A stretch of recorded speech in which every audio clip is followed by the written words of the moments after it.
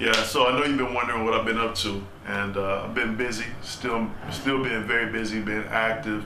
I haven't been on tour in a while, but I have been promoting my most recent project, which is the Iron Legs in the Trees. It's a horror novella.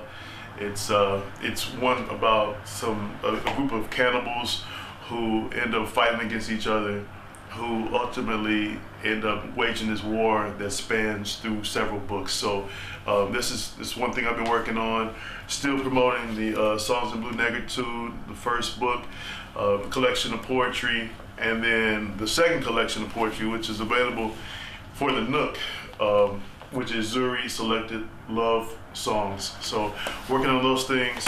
When I haven't been promoting the books, I'm still writing, as I'm sure you already know. I haven't really been doing a lot of painting lately, but I have been getting into some of the art as it relates to just sketching buffalo, right? And I don't know why, but I've just been feeling inspired by buffalo. I've been looking at the traditional buffalo as far as the bison, but I've also been doing like water buffaloes, right? Been doing like some of the water buffaloes.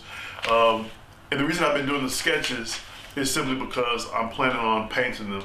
Okay, so I'm gonna paint them when I get finished, probably in a larger scale. Many of you know that when it relates to my poetry, I write in a small space, but sometimes in my art, I like to do some very large stuff. So I've just been sketching some different examples of buffalo, just to kind of give you some ideas. Trying to think. I guess since I know I'm all over the place, but that's how I operate, that's how the mind works. My mind works. I guess I can read to you a little bit from the Iron Legs in the Trees, which it is a departure, much as like the Buffaloes. It is a departure from what I've been working on. So how about I read to you the introduction. It is unknown how long the cannibals with bald heads and black skin have hung upside down in the roost of the Watusi trees, rare seaside trees like palms akin to flourishing oaks with many branches and groves, rumored to have been fertilized by the remains of slaves. Slightly hidden, the domes of their heads like the silver-toned sea, their eyes red stones. It is alleged that they have lived this way for decades, like bats, thriving for 50 million years, hanging.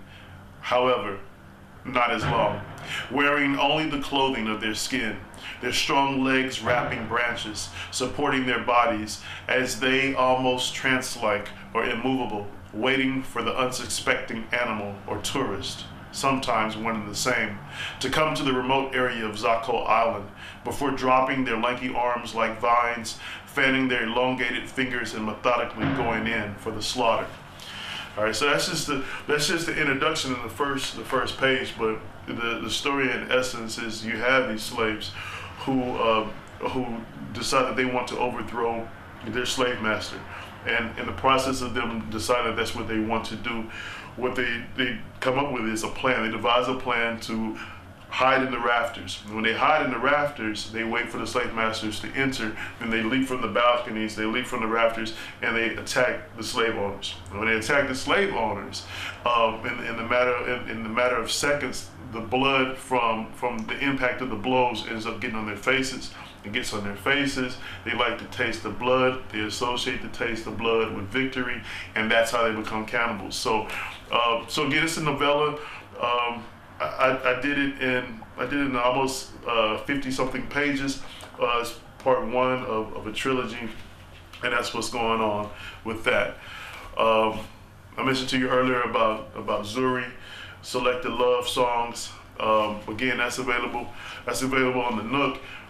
As far as Zuri goes, I'm still writing the love poems. I'm planning on getting back on the road sometime 2014. So look for me in several cities. Right now, the places that are up in the air will probably be Chicago. Obviously, the hometown crowd, and I'm gonna definitely come and hang out and see y'all in Houston, but all over. So I'm foreseeing that February is gonna be a busy month for me. As usual, April is always a busy month with National Poetry Month, and so you'll also get a chance to hear me read some of the first stuff from this particular collection, which is Songs in Blue Negritude, which I'm looking right now, and I guess I guess I should read the postcard of Sonia Sanchez, because the other day somebody said, well, let's talk about Sonia Sanchez. We're talking about Sonia Sanchez and her influence on Talib Kweli. I want to plug for Talib Kweli. If you're watching, congratulations on the new album. I know it comes out on the 16th of December, Talib Kweli. Because Sonia Sanchez actually did the introduction to one of his albums, Eardrum. And so this is Postcard of Sonia Sanchez. Sitting on a big pine deck, a stone's throw from live pines, hours away from miles of hardened concrete, she relaxes and smiles in broad syllables of youthfulness, with legs crossed, from a nutmeg-colored rocking chair that cradles and cups her like the lemonade she cups in her storytelling hands that beckon you to come and sit for a spell and discuss sunny things that only friends would understand. So that's a piece for Sonia. Since again I'm talking to you, I haven't seen many of you for a while, and there's so many people I want to say hello to. So I think this is probably the best way to do it, especially jumping into the holiday time. I just want to thank the fans. I know it sounds kind of crazy to say, but thank the fans, thank the supporters of my work.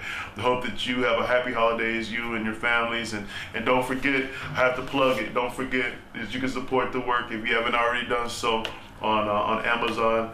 Zuri, Songs of Blue Negritude, The Iron Legs in the Trees, and just go to my website, www.vanjgarrettpoet.com. You can check out the updates, tour information, some of the new photos, NEW photos, some of the new photos, and other stuff I'm working on. All right, peace.